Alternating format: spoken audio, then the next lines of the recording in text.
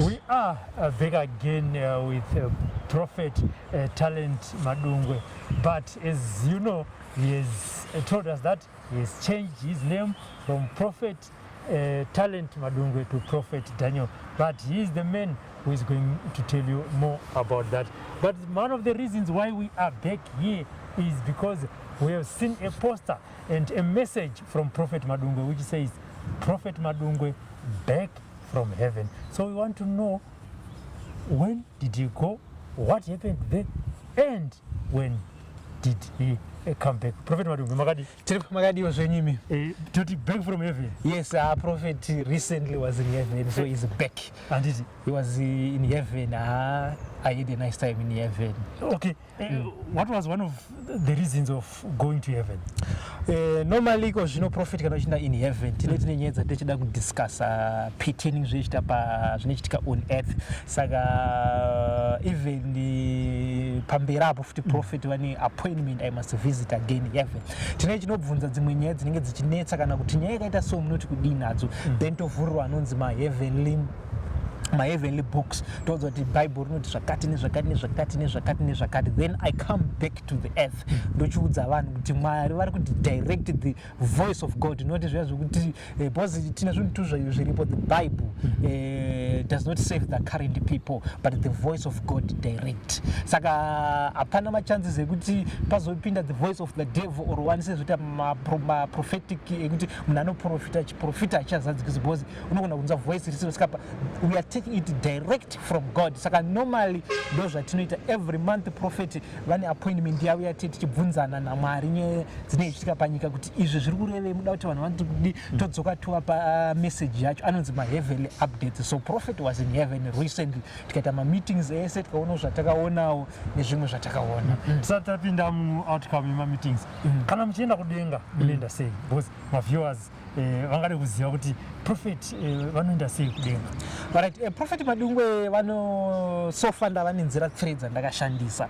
Ndakatanga kuenda kudenga right from 2010 kusvika 2016 I was praying because ndaida kuti unimbovisita heaven nimbono mahaya angelic nimbono ivo Mwari. So it took me 6 good years ndichinamata 2010 kusvika 2015. Then so 1 January 2016 first method ndakashandisa, that was the transfiguration, being changed from a physical body to spiritual body, angelic. Then I disappeared from earth. Ndichibva ku heaven. Ndakashandisa almost 2 to 3 times. Then mna May 50 ndakadzokera in heaven. That was 2016. Then after that iko zvino ndinoshandisa 2 method ndonyanya kushandisa. Ndinoshandisa the split. Ayuti Elisha anoti kuna gears pawanga uchienda kunotora mari kuna Naaman, my spirit was with you. Munhu sezvakaita Adam was created ari 2 in 1. Munhu anonzi is created in 2 in 1, the physical man and the spiritual man. So kana zvakabatana kudaro munhu anozosplitwa, saka ndozosplitwa, the spirit man yomira yega, the physical man yomira yega, then the spirit man yovaenda in heaven, then the physical man yosara here on earth. That's the second option yandinoshandisa. Then the last option yatinoshandisa swap with the angelic. Zvokuti panonzi paipe Peter anga akasungwa ari mujere. Zvinhu zvinoitwa naProphet Madungwe zviri biblical, and I'm not the first person to do it. Zvakaitwa even nemagods general. Peter panosungwa panonzi Peter pakanoka asunungurwa nevatumwa the angelic, they helped him to move out of the prison. Ndobva vavhura magetsi jail, ndobva aenda paanonoka vanhu vanoti haashere mutumwa wake. Saka kuOld Testament atine that system futi zvakare yekuti munhu aiti akaoneka vanhu vaifa kuclarify kuti ndiye kana kuti mutumwa wake, but anonzi guardian angel, because munhu wese ane inonzi guardian angel. Saka guardian angel it's your lookalike. Paunozvarwa panyika inobva yatoya panyika, uchifa inobva yabva. Saka that angel ndiye ndinoswapa naye. Kana ndaswapa ndiye mune muchiona zvoti munogona kutaura kuti interact with the angelic. Musiri kuziva kuti muri kuita interact with the angel. Sezvinonzi naApostle Paul vamwe vakaona maangels vakasaziva kuti maangels. Saka sometimes munhu wamuiti Prophet Madungwe, as Prophet Madungwe inenge iri the angelic. Saka those 3 ways ndo dzandoshandisa yekuswapa kana kuti tinosplitwa into two, but recent apa ndakashandisa yekuswapa with the angelic. Pandakaenda apa ndini ndakaenda, we swapped, then you are visible, it's my guardian angel, then I left the earth. Later zvandikuita ndisina any problem. The reason ndakashandisira izvo ndezvekuti ndimuna nechurch, ndimuna nedoma interviews, ndimuna zvekuti sometimes zvavanoti pantoita ma-interviews and sometimes they worry kuti why Prophet Madungwe achitaura, sometimes havasi Prophet Madungwe, but the angelic yanochitaura naye, because panongoswapa ipo toti murume ane nharo, murume ari kuda kupindura zvese. Mune musikuona zvoita zvongoti panongoswapa chete, then the angelic ndoyava in command, ndoyamakuona, then Prophet Madungwe is no longer being seen until the spiritual things yapera, then tobva tadzoka zvakare. Saka apa ndikutaura nechiya Madungwe wandoziva yakana kuti the angelic. Right, today it's Prophet Madungwe. Oh, okay. Today it's Prophet Madungwe, but tinofanira kuclarify kuti ndiani wamaona. Kana zvavanoti vanopinda kana kuti prayer for 10 hours anditi sometimes ndine siri ndikutonamata, the angelic ndiyoni yava inda kutoitawo zvimwe zvandiri kuita, then you see kuti 10 hours uchinamata chi, the angelic it is pushing for me. Saka panda wazoclarify kuti who are you speaking to. Sometimes unogona kuti ezvaona soti sometimes the angelics they are very violent, even they can kana yasara on earth the angelic zvese inoita zvinoita Prophet, because guardian inongori look like zvauri ndo zvainoita zvokuti hapana ngwasa kutomboona kuti this is not Prophet Madungwe, this is the angelic, this is Prophet Madungwe. Saka it's 2 in 1, sezvakaita Adam kuti akazobviswa ndobva Eve atanga kuoneka, but it was 2 in 1. Saka imimi kana mine angelic yacho munenge muchocommunicate here muchikudza kuti chita zvakati ndakudzoka tada kuti hawandi munhu zvinofamba sei, pane communication.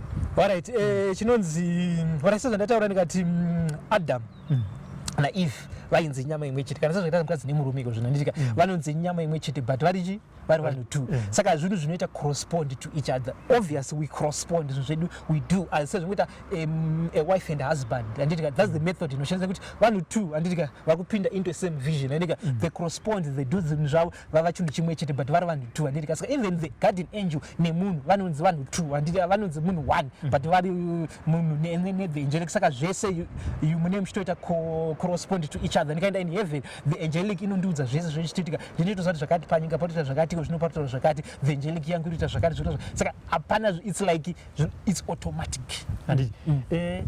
Maenda kudenga chichiudzai kuti naMwari makataurana kuti chii?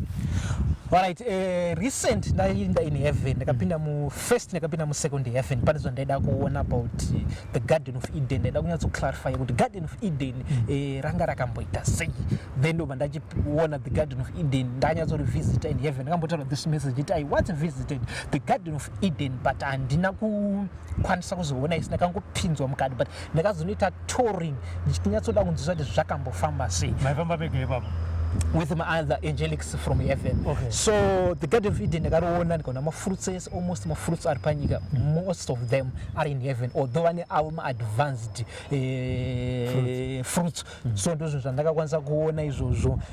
Takaona zvinhu zvakawanda zvokuti next year pane nyaya dzakawandisa dzichabuditswa zvakanyanyisa, because tinopiwa time kuti message ichirelease. Every month tine zvinhu zvakawanda zvatinopiwa but tinorelease. Saka we talked a lot, ndikavisita Garden of Eden tikaona zvatakaona, but next year it's a year of receiving a super touch. Saka Prophet Madungwe, God is touching Prophet Madungwe, but next year it's the year of reaching our destiny. Muchaona zvinhu zvakawandisa, ma-mysteries amusati mamboona, amusati mambonzwa achitwa revealed from the Bible, anonzi ma-revelation, zvokuti the book of Daniel tichari expanda, even the book of Revelation tichinatso kutsanangurai nezvimwe zviri heaven. Aiwa zvandakaona this time, zvimwe zvacho handisati ndakubvumidzwa kuzvitaura, ndichirikuda kupiwa permission kuti taura zvakati nezvakati nezvakati nezvakati. Saka asati areleasa zvandakaona apa, ndakaona zvakawandisa zvinotyisa nezvakawandisa.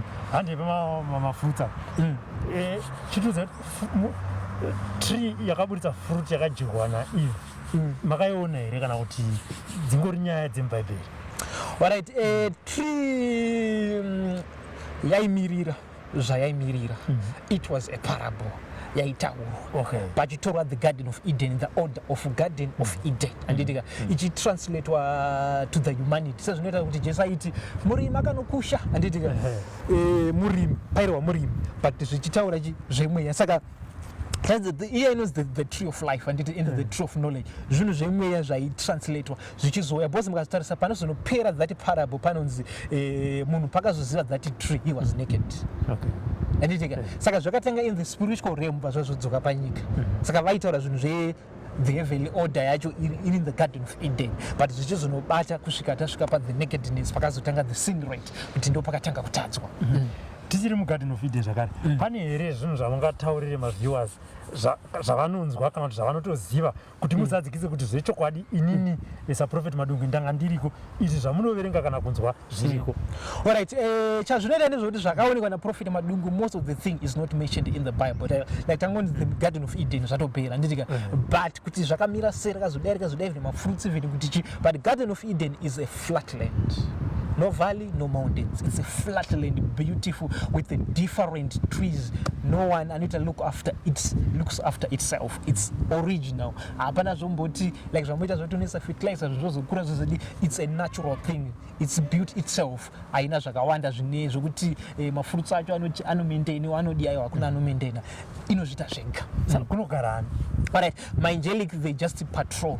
My angelic anongo patrol the whole heaven, first heaven, third heaven, second heaven. Then vatazopinda mu third heaven ndovatata the meeting zvatakataurana naMwari, depending ndinda itunobvunza because ndini zvandaida even papapa ndichipedza ipapapa this is October, by November futi ndofange ndaenda in heaven ndine another appointment yandoda kuti ndiende futi zvotine ma discussions atinoda kunobvunza dzimwe nyaya dzema abortion. Yes, takataura nyaya yacho, but chandinoda kuindireko ndechekuti toda kunopiwa inonzi ndichita into law kutiko zvino munhu akaita abortion after this period yava sin rate, saka ndichizobva ipapo pari kudzoka ipapa very soon inenge yava yellow. Saka zvatakakotaurana about that hatisatapedza nyaya yacho kuti ichita into effect. Munhu anonzi anotanga kufema within 6 weeks. Munhu akaita pregnant today anoita pa 6 weeks ndo paanotanga kunzi heartbeat yemunhu yakutanga kunzika. After that munhu akaita abortion after 6 weeks, that is 1 month and 2 weeks, yatova murder. Saka we are appealing to God kuti ichiwa authorized, because not ma 3 months, not ma 12 months, anoitwa nedzimwe nyika kuti 12 months is almost 3 months. Anditika munhu akatozora ava pa 12 months akaita abortion chizobata zvavana kuti vamwe vaiti like the issues of both. Ndinobvunza kuti why mari zvinofamba sei, because nechibvunzo nevanhu zvavana kunonzi murume akarasa masperms ake anditika ari kuuraya vana anditika a sperm is not a child, but after 6 weeks ndopakunzi is now a child. Munhu anocommit after that ndo inonzi abortion, ndo inonzi murder, munhu aita murder. Saka sakapedza nyaya yacho ndikudzokera kuti ndichinopiwa inonzi final authority, so that I will stamp kuti this is now a new law. Munhu aita after abortion after that, but before 6 weeks you are allowed, because asati amunhu. No, Prophet Madungwe, rega ndinyatsokupai mukana wokutaurira vanhu nezvejeni yenyu yamakaenda kuheaven nemameetings amakaita nezvamukuronga kuti muchazenge muchivaburitsira muvapawo kanguva kekuti izvi kuti vanhu vagara vakaita se vakatarisira. Saka nezvenguva yachi yakunemi Prophet Madungwe muchitaurira chi maviewers. Alright, tinotenda regai titaure nemaviewers. Alright, hello everyone, this is Prophet Madungwe or Prophet Daniel Remnant from Desire of All Nations Ministry based in Harare. Tiri muHarare mucapital city. Let me continue to update kuti zvinofamba sei pamusoro pezvinhu zvemweya. So Prophet Madungwe recently was in heaven vachikwanisa kuita touring, saka ndakashandisa the method yekuti waswap with my angelic. Sezvo ndatsanangura ndichibvunzwa naMr Interpreter kwekutanga kwedu kuti zvakafamba sei. Ndakaswapa with the angelic in the month of October, then I visited heaven tichibva taenda, saka taidiscussa nyaya dzema equal rights, because ndindakaita brought in that topic kuti zvema human rights zvinombofamba sei. Ndobva tagara pasi with God, ndobva ndapiwa even maBible verses even kuOld Testament, tichibva tadzokera kuOld Testament naMwari. Even Abraham appeared pamusoro that, even wana Moses, because patinenge tichita meetings acho munhu akataura anything chiri connected pane zvatiri kutaura anobva ashedzwa from the paradise iri mu3rd heaven. Saka anobva ashedzwa, like Moses was summoned, ndobva auya futi pameeting, we had the meeting Moses wachitaura zvaitaura, even Abraham anga aripo pameeting, even my spiritual father prophet Daniel Remini vanga varipo zvakare. Saka these are spiritual matters. Hazviitwi tiri panyama kana zvokunzi it's a movie yekuti unounderstand uri munyama kana kuti prophet vanopenga hakuna zvinhu zvakadaro. Mukatarisa highly profiled people in Zimbabwe, vaimbi vemadrama vechivi, mabusinessmen vese vari kushedzwa uprofeti vachapia even like kumasongs avo like the job praise takaita pavidhio yavo, tikapinda tiinda under evangelism nanachpens, tikapinda zvakare chita maadverts avo, tikaenda even madramas mamwe atinombofichawo. Saka prophet Madungwe anditi we working with everyone tichita evangelism. Saka tiri ikoko in heaven vanhu vazhinji vaiapia like the God's general, tichivabvunzawo vachipawo testimony yavo kuti pakati ndakambonza zvakati naMwari, zvichiitirwa kuti ndinzwisise ndidzoke panyika. Because who is a prophet? A prophet is someone who stand between the earth and the heaven, achitaura the will of God to the people kuti famba izvozvo zviri kufamba zvakati, Mwari vari kuti zvakati. Is a spokesperson for heaven, a representative anomiririra between vanhu naMwari. Is like a bridge between earth and the heaven. Saka ndo basa rangu. Saka ndakaenda ndichida kunzwisisa. Saka futi ndine another visit yandiri kuenda very soon. Muchaona nyaya yacho ichibuda, nyaya yema-abortion kuti zviri kufamba sei. Toda kuti tinopiwa the power kuti tichiita a law sezvandataura kuti after 6 weeks ukaita abortion mese murume nemukadzi inenge yava a sin. Saka toda kuti tichiita into a new law sezvakanzi naJesu, this is the new law I am giving you. Saka prophet Madungwe shall bring the new law recent. Saka tiri ikoko tataura nyaya ma-equal rights. Chinonzi ma-equal rights chakatanga in Bible. Vanhu vari kuzviita kana magovernment. Regai titaura kuti ma-equal rights akatangira in the United States of America. Nditika United States of America makambonza pakanzi na prophet Madungwe, US Army is the heavily army department. And that is our nation. Tikatarisa heavily army, even the heaven, USA inyika yatine ma interest nayo zvakanyanyisa. USA UK nyika dzatine ma interest akanyanyisa as the heavily army, especially the heavily army. And saka nyika idzodzo whatever they do tisu tino influencer, even kuti ma equal rights, even zvakazoti. Yes, but America is divided into two. It serves God and Satan. All my kingdoms are going to fight for that nation, but it belongs to us, United States of America and UK. Saka zvese zvinoitika pasi rino. That's why mtoona prophet Madungwe, most of the time I focus with the USA and UK. Vanhu vanozoti prophet you are biased, you are in Zimbabwe, you are in Africa, but nyaya dzekuna Africa sometimes munoita sokuti hamusi kudziripota zvakanaka. Aiwa nyaya yekuti isusu tinodhila neAmerica, todhila neUK. Andika tikadhila nenyika idzodzo zvoreva kuti the whole world zvataita influence to UK kana to USA. Andika ndo zvichaitwa passed on. Saka United States of America ndo inonyanya kuita nyaya dzemademocracy nenyaya dzema equal rights. Andika ndokwa zvakatanga, but it was our plan because even in Old Testament my human rights akavepo. Adam achisvikwa akanzi usadya muchero wapakati. Andika ndobva that was his right. Andika kunzi usadya, but akanzi isu tinoiti free will of choice. Andika kuti unochuza wega zvauri kuda pasina force kuti aiwa chita zvakati. Then Adam ndokubva achuza. Andika saka my human rights they are biblical because akatotanga pana Adam pacho achichuza zvaari kuda. Ndika kuti nini I want this, I want this, I want this. Ndika so human rights are biblical. It's not a sin kumafollow even nyika dziri kuti munhu wese ngatikwanise kuita ma human rights evakadzi nevarume ngavachienzana, but pane pazvinogumira. Vana America vanozonoti pfudze mbichana kuti vanozonorasika vakuzonobatawo kumarriage hakubvumidzwi. Saka let me clarify ninyatsotsanangura inyaya hombe tataura payakatangira from because inonzi free will choice. Andika zvinonzi my rights munhu wese ane right yake. Andika like Adam was given the right to choose. Even tikafamba ipapo Moses anotaura vana naJoshua, even Joshua achiti ini nefamily yangu ndasarudza nzira iyi. Ndika panonzi choose life and death. Andika ndoma equal rights achikuti unochuza zvauri kuda. Ndika kuti it's life or death, it's up to you kuti chii chauri kuchuza. Ndika kuti right yauri kuda ndeipa. Ndika the direction chinonzi ma equal rights, it's a direction. Ndika saka America pairi kuita endorse nyaya dzema human rights, it's fulfilling zvatakanyora isusu in the Bible, especially the heavenly army tisu tine ma interest akanyanyisa munyika idzodzo ndataura. Saka now we see kuti chinonzi equal rights, it's a biblical thing, because ku Old Testament ndokwainzi vanhu havana kuinzana nditika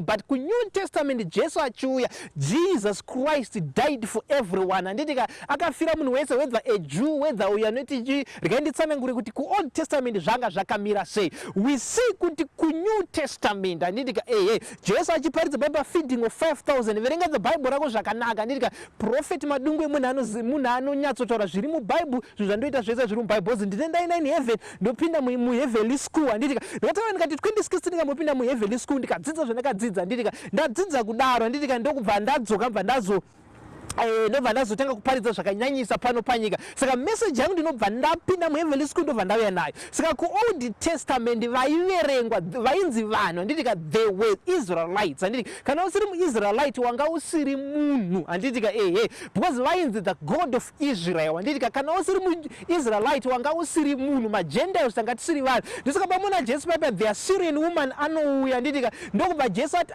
imi seiwo uri kuuya apa anditika ndobva ati even master, even imbwa dzinodya patable yamaster vayo anditika Jesu anga adzinga that Assyrian anditika because vanga vasiri vanhu ku Old Testament, vanhu vanga vasiri maIsraelite. Saka zvema equal rights ku New Testament munhu wese akafanana, whether a Greek, whether a Jewish, whether a Zimbabwean, whether American, mese in the eyes of God makafanana. Takabva taita abolish, that's why Jesus Christ came over to abolish kuti hakusisina the God of Isaac, the God of Abraham and Isaac, kuti he is God of Israel. Uchiti kana usiri muIsraelite you are not a worthy person, hakusisina ku New Testament. So this was God zvandadzidziswa ndiri in heaven pandakaenda ipapa ndichibata nyaya dzema-rights anditika. Then zvakare pama-Israelites vanhu vacho vakadzi nevana futi vanga vasiri vanhu, vanga vari vanhu, vanga vari varume. Rekaiti tiri kuita tichidzika deeper and deeper anditika tiri kuti magentiles evese vanga vasiri maJews anditika vanga vasiri vanhu,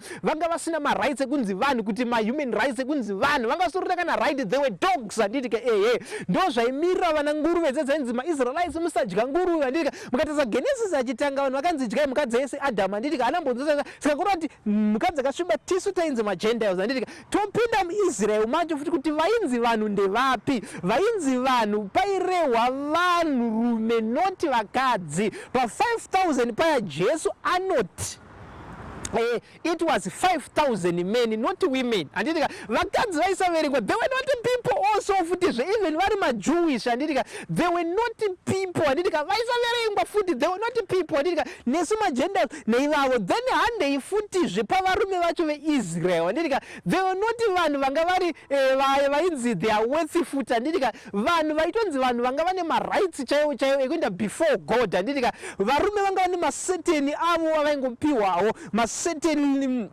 rights out, but vanhu vanga vane ma-rights chaiwo ese. They were priests ku Old Testament anditika ndo vaibvumidzwa kutora ropa revanhu vopinda naro muhall of holies. Hakuna munhu aibvumidzwa kuenda muhall of holies zvavakuita zvokutiko zvino makungosvika munhu even ari kumba kwake kuuzumba akutomuka akutononamata God of Jesus Christ. Kwanga kusina zvese izvozvo, kwanga kusina zvema-rights tiri ku Old Testament anditika because God was centered pazvinhu zvishoma shoma. Saka ku New Testament ma-rights ndokubva atanga, although akatanga pana Adhamu anditika achitanga pana Adhamu achifamba kusvika Jesu azouya ndobva achiva authorized. It's now spiritual zvokuti nyika dzese they must vanofanira kuverenga vanhukadzi. Vakadzi vava vanhu hamawe. Vanhu musatora vakadzi sevanhu vasina basa kana muri kudzimba dzenyu kana kuvatora sezvitoyi zvekuti you just do zvawada nayo mudhamba wodi. Hakusisina, vakadzi vanhuwo anditika vanotoverengwawo even handei kumabasa because mukatarisa nyika dzakawanda dzinotongwa nevanhurume anditika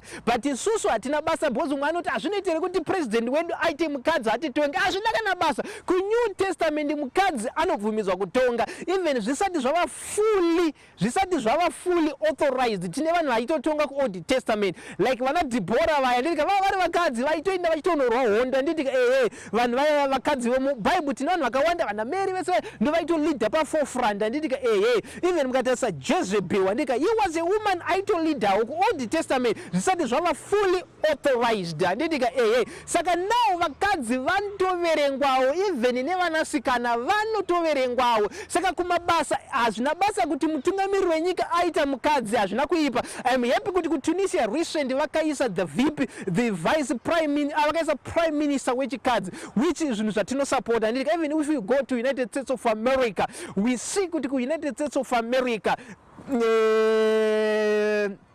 the vice president Harris Kamala is a lady. Zvese izvozvo tinozvisapota because now tava New Testament munhu wese is equal before God, whether you're Greek, whether you're not a Greek. Message andiri kupa, this is from God yandakawana ndiri pavisit yangu yekuheaven. Zvandiri kutaura, this is not a biased information kana toda kufavor vakadzi kana toda kuti vakadzi vazoitawo power. No, aiwa handisi kudaro. Ndiri kutaura zvakataura Mwari kuti kuNew Testament vakadzi vanhu. Handitika saka zvokuti vakadzi vanoabuswa, it's a sin because vandoverengwawo. Handitika mukatarisa kuNew Testament vanhu vanga vari very powerful, vana Mary vaitori vakadzi noti varume. Handitika ive mukatarisa paministry yaJesu naMartha and Mary vanhu vaitofamba naJesu, they were women. Handitika mukatarisa vanhu vese vaya, handitika they were women. kuNew Testament vanhu vanga vatova more vibrant, they were women because now zvazva officially kuti vanhu vese they are now equal because Jesus Christ died for everyone. Handitika saka iko zvino kubasa hazvina basa kana kuti brigadier kuarmy muona brigadier ane nyembe ari mukadzi, hapana chakamboipa. Yes, tinozviziva nyika dzese, hatisati ava nemunhu kana kuti anonzi the army commander wokuti anenge ari mukadzi. Handitika even mapresident mashoma, but New Zealand ine mukadzi izvozvo. Handitika tiri kukurudzira kuti ngazvichiva equal in the society. Handitika muchechi, handitika even vakadzi vanobvumidzwa kuparidza because tava nema equal rights, tese takafanana. Handitika hapasisina kuti Mwari ndiwo varume chete, Mwari ndiwo maIsraelites. Saka muchechi chemu vakadzi vanobvumidzwa kuita mapastors, vakadzi vanobvumidzwa kuleader. Handitika kunyika vakadzi vanobvumidzwa kuita president. Handitika kana kuti ndiye ari kuleader company kana ndiye ari kudi mukadzi, hapana chakamboipa. It's not a sin. Handitika chekuti nyika ikatongwa nemukadzi konzi aiwa nyika yakarasika because iri kutongwa nemukadzi, aiwa hakuna zvinhu zvakadaro. They are equal, but panonzi they are not equal mumarriage chete. Ndo zvakataura Mwari, mumarriage hazvibvumidzwi kuti kune ma-equal rights. Mumarriage hakuna kana chinonzi equal right. Chinonzi ma-equal rights ariko kusociety. Handitika mukadzi pabasa anogona kuita mukuru. Handitika ototonga ndiani kachitori the head papa. Handitika kana mutungamiriri wenyika, but mukadzi ari mutungamiriri wenyika achisvika kumba anoripota kumurume wake because marriage ine zvainomirira. Chibata the book of Ephesians because kudenga futi kunovhurwa there is a Bible ramunareri rinotori imi mune rinonzi like a summary. Handika in heaven pane zvese uchitoratidza nezvimwe zvisina kunyorwa paya, so zvinonzi naJesu pane zvimwe zvatisina kunyora achipedza pana John. Handitika John ichipera panonzi pane zvimwe zvakaitwa miracles aJesu. Even Jesu anoti greater works you shall do if you believe. Handitika saka zvimwe hazvina kunyorwa, but in heaven mumabooks unozviwana zvirimo. Handitika saka kumabasa hapana chakamboipa kuti mukadzi atungamirire kana tiori pasi pake. It's not a sin. Hapana chakamboipa kuNew Testament, zvinotobvumidzwa. Saka vakadzi let them be treated with respect panenge pachiitwa nyaya dzese dzodzo, but mumarriage hakuna zvinhu zvakadaro kunzi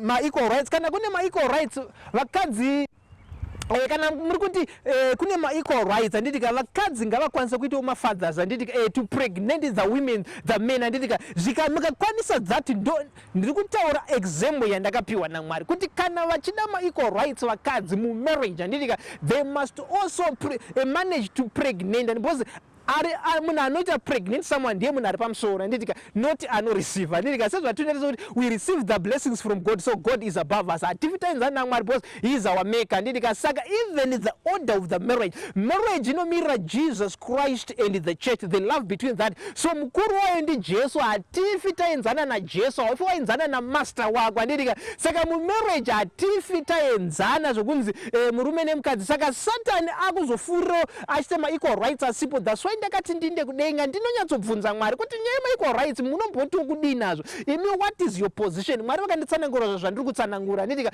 kuti mumarriage hakuna ma-equal rights. Musoro weimba ndibaba, mutumbi weimba ndiani ndimaivemba handitika church ichimiri murume achimirira Jesu handitika achiva the head handitika then church ichimirirwa nemukadzi saka order iyoyo haibvumidzwi kuitwa temper around handitika murume kana ari mumarriage he must submit to his husband handitika even Paul anodaro handitika ndakavhurirwa mavhesi ese zvandiri kutaura it is the message iri kuta brought by heaven not by me handitika Paul anoti submit to your husband handitika but varume vanonzi love your husband. Murume anoda mukadzi wake haamurovi. Kona munhu akurova mukadzi wake haana love because love hairovi handitika love haiti abuse kana chi. So why zvichizodaro kona kuti varume havana love. That's why the Bible rakati love your wives handitika varume havana wives. That's why muchiva abuse vakadzi muchidi but tinotaura kuti hatidi domestic violence kudzimba ikoko. Garai zvakanaka varume nevakadzi handitika respect each other umwe neumwe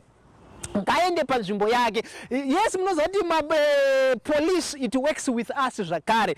Every earthly army handitika earthly police handika vanoshanda nesu. Why? Tine vanhu vanoabuse madzimai, tine vanhu vanoba handitika isusu takati do not steal handitika isusu takangobvisa mulaw yekuti munhu ukaba nhasi haukwanisi kuti wastoned to death handitika because Jesu akauya but judgment unopiwa nepolice handitika saka tina makoti ese yandedu isusu heavenly army, especially heavenly army ndo inotonga zvese panyika because mamwe madepartment ari anonyanya kuita zvekudenga tisu tinotonga zvese the heavenly army. So prophet Madungwe is the heavenly army command. So zvese zviri ndiso zvase makanzwa chinzi munhu wese kuna prophet Madungwe handitika why munhu pachinzi munhu wese kuna prophet Madungwe because the heavenly army ndo inonzi heaven yacho handitika ukabata heavenly army even mukatarisa nyika chaidzo handitika army ndo inotyisa ndo inocontrola even kwaseta kuna president even kunani nyika dzose whether kuAmerica kana chi ndo department even kanzi zvinhu zvanetsa handitika unonzi tumirai masoja kwata ethical tumirai masoja akutumire mapolisi akutumire prison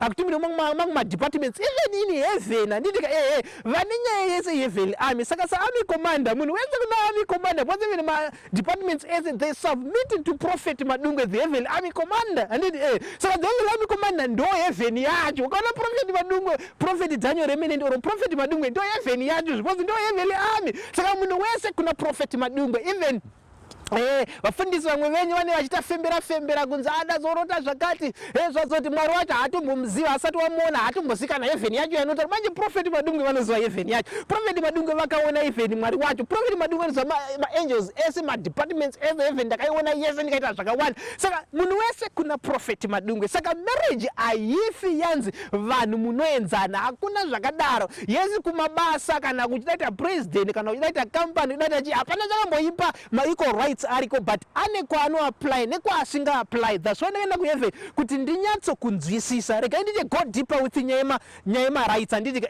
itse nyaya ndakatofambira kudenga kuti ndinzwisise kuti zvinofamba sei kuti Mwari muri kuti kudii handiti saka kuOld Testament vainzi vanhu vainherita upfumi vanga vari vanakomana noti vanasikana.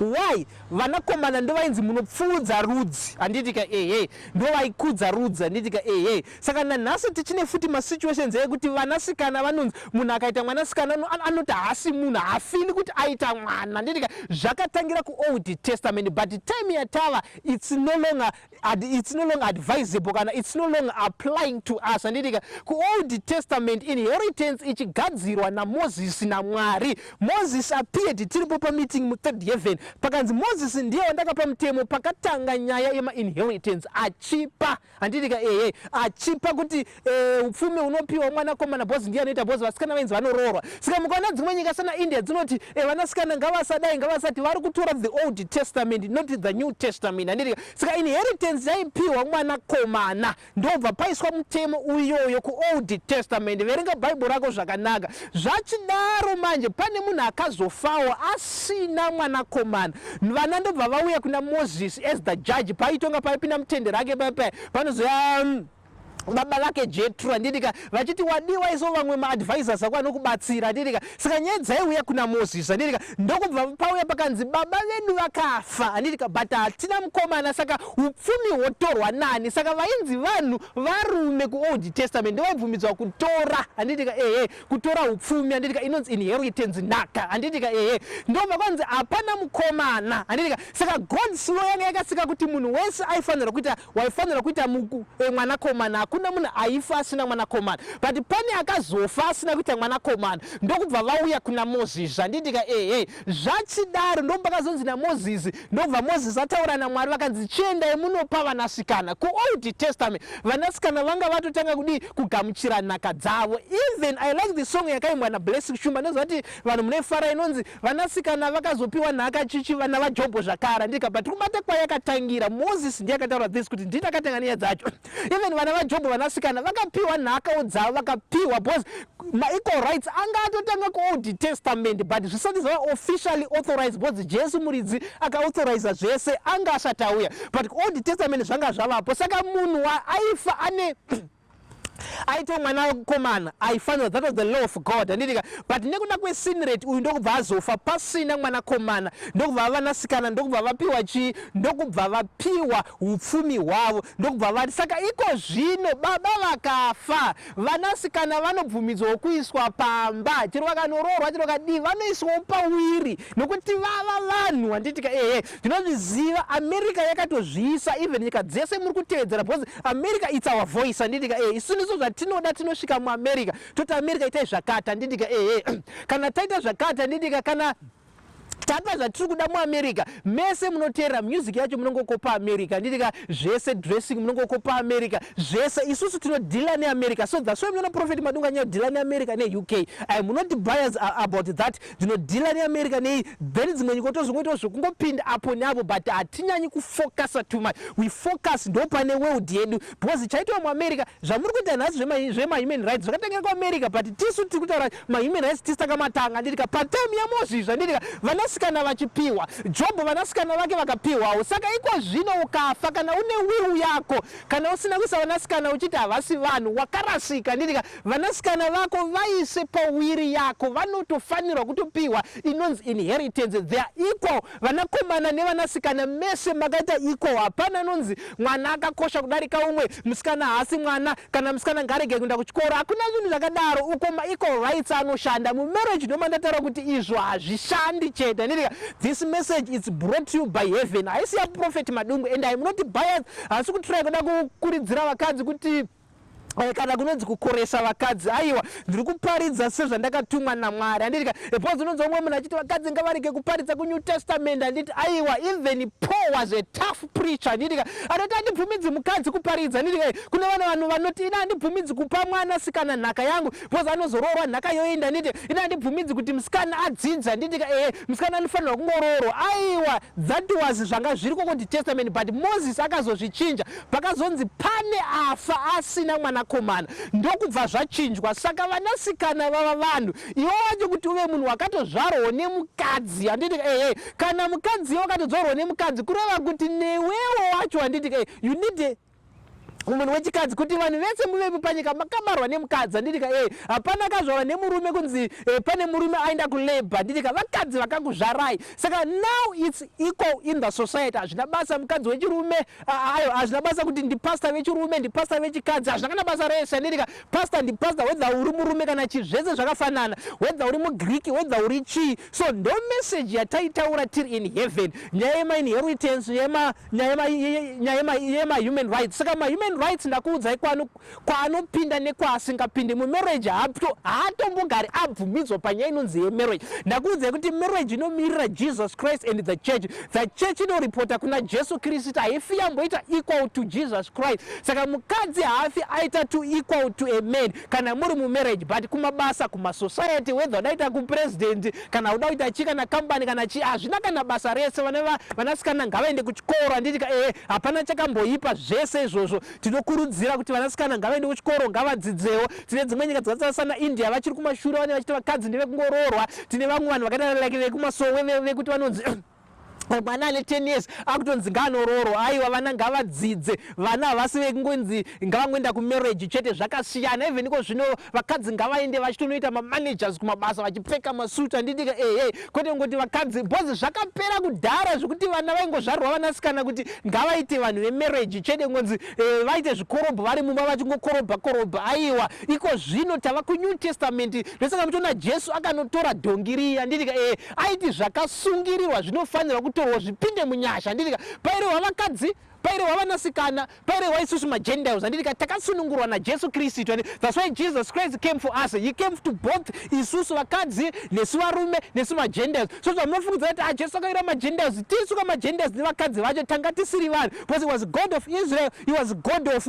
varume chete handidika, he was the God of the priest handidika. Iko zvino munhu wese anobvumisa kunamata, whether mukadzi, whether murume, whether muindia, whether uri mutema, whether uri chirema, whether uri muchi. Saka tiri kuti vana domestic violence ngazvibve zvapera mudzimba, umwe nomwe ngaende panzvimbo yake. Varume remekedzai vakadzi venyu handidika, hatidi zvemadomestic violence kunzwa kuti varume marova madzimai kumba. Chivi chisingatoiti ichocho.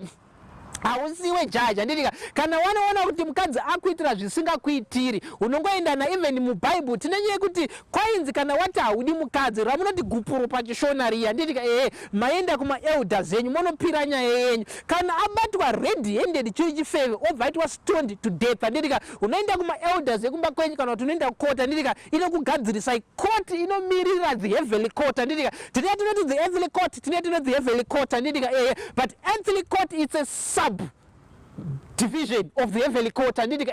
Ku heaven tine anonzi heavenly court handidika. Saka every court whether ndeye muZimbabwe, whether ndeye chipozi mwara vakasikuya vachitonga muAmerica nhasi kuti iwo wauraya munhu ndakukuti chi, but macourts ese ari kutevedzera mitemo yedu yese pamwe pacho vanozoita kuti mapersonal interest twavo vanozotwisawo nekudi inonzi bribery handidika. Sezvakaita time of generation of Noah, there was bribery and corruption and everything. Vanozochinja mitemo yedu, but every court inoshandira isusu the heavenly court handidika. Prophet Madungwe is a heavenly judge zvakara handidika. Saka every court inoripota kwatiri handidika. Every police inoripota kwatiri futi madepartments ekuheaven, especially the heavenly army. Saka madepartments ese iyayo anenge achishandira kwatiri. Saka ndataura nyaya human rights, hatidi zvinhu zvokunzwa kunzi kwaita madomestic violence, vakadzi vari kurohwa nevarume, hamuna munhu anofanira kujaja nekuti hausiwo Mwari, munoenda kumakotsi enyu munoenda nechi. Saka varume ngavazive kuti vakadzi vanhu, vakadzi hadzisi imbwa, vakadzi havasi vanhu vekuti munongoita zvamada kana kudii, Mwari vachiitira zvakanaka. Ndinozviziva vamwe vane mubvunzo kana nechi pamusoro pezvandanga ndichitaura. Kana une mubvunzo unondibata paWhatsApp tonyatsokutaurirana handidika. Kana une dzimwe nyaya dzotoda kunamatira kuti upore unondibata futi zvakare, kana holy water kana chi unondibata futi zvakare. Panhamba dzangu vanhu munodziziva dzinoti +263 776231156. Let me repeat it, +263 776231156. But regai nditaure maplatforms anoshandiswa naProphet Madungwe, because vanhu vazhinji vanotarisha zita rangu vachitaura kuti Prophet Madungwe vazotaura zvakati nezvakati. Inini handisi a funny man and I am not a comedian, I am not here to entertain anyone. Dzinotaura zvinodiwa naMwari. PaFacebook ndinowanika papage rinonzi Prophet Madungwe church page handidika. Name rangu ndoshandisa username paFacebook Talent Madungwe, even paInstagram ndoshandisa Talent Madungwe zvakare. Then paTwitter ndinoshandisa Real Prophet Madungwe, ndine shirt yegold so handidika ine maline ebrown. Ukanzwa account iyi awaona paWhatsApp kana pasocial media isipo yandataura baziva kuti it's a fake account. Saka human rights tisakamatanga and ticharamba tichimataura kuti vanhu vakaenzana in the society handidika. Hakuna anonzi ari pamusoro peumwe kuNew Testament, kuOld Testament ndokwanga kune vamwe vanhu vangari pamusoro pevamwe. Saka Mwari ngakuitire zvakanaka, tinoramba tichikudzosera tinoramba tichikudzira zvichataura heaven. Saka very soon futi Prophet Madungwe shall visit heaven. Ndichikudzai zvakamira sei, tichanyadzopasisa nyaya yeabortion, tichazokupai more details kuti Mwari vari kuti kudii. Mwari ngavarangarire nyika yeZimbabwe. I'm still a Zimbabwean and we continue to pray for Zimbabwe. May God bless you all. Amen.